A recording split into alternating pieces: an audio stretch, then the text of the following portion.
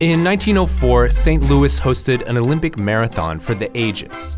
Overshadowed by the neighboring World's Fair, the poorly planned event was reduced to a lackluster sideshow primed for disaster.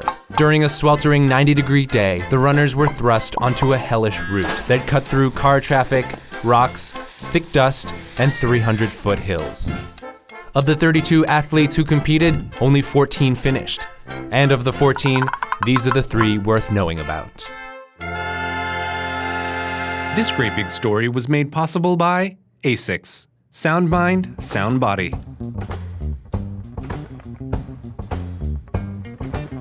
Fred Lors was a fresh-faced athlete ready to make a name for himself. For 9 miles, Lors was near the front of the pack until painful muscle cramps stopped him in his tracks. Yikes. And he wasn't the only one. Almost every single racer had severe muscle cramps that day thanks to this dummy, chief event organizer and amateur scientist James Sullivan.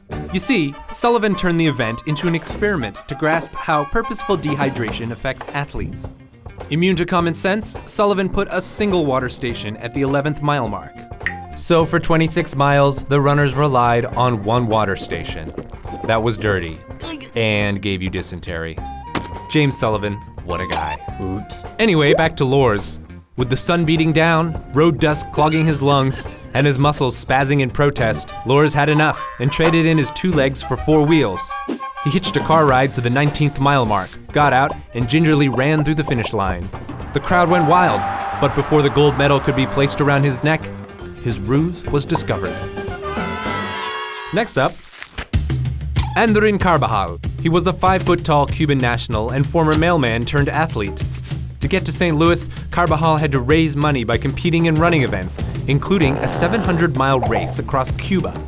Once he got to St. Louis, he was easy to spot. Among the sleeveless shirts and thigh-high shorts, Carbajal wore a billowing long-sleeve shirt, cut-off slacks, and work boots. He didn't dress like a sports champion, but damn did he run like one.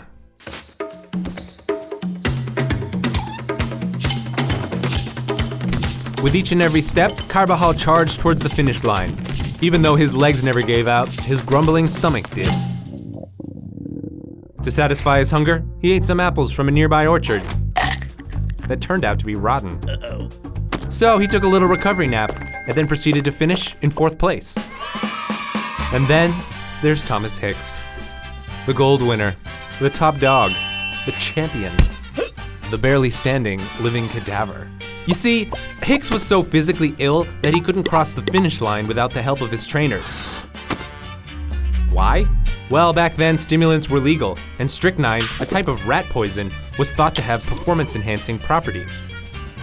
So during the run, his trainers gave him small doses to gain an edge. But instead of helping him, it was slowly killing him. Once Hicks was dragged across the finish line, he wasn't in a cheery mood. Having lost 8 pounds during the race, he was a hollowed-out husk of a man. The judges shrugged and gave Hicks the gold, ending the nightmare. As the crowd swooned over Hicks' disheveled body, somewhere in the stands, James Sullivan was probably sipping on a glass of fresh water, feeling proud of putting together the worst marathon ever.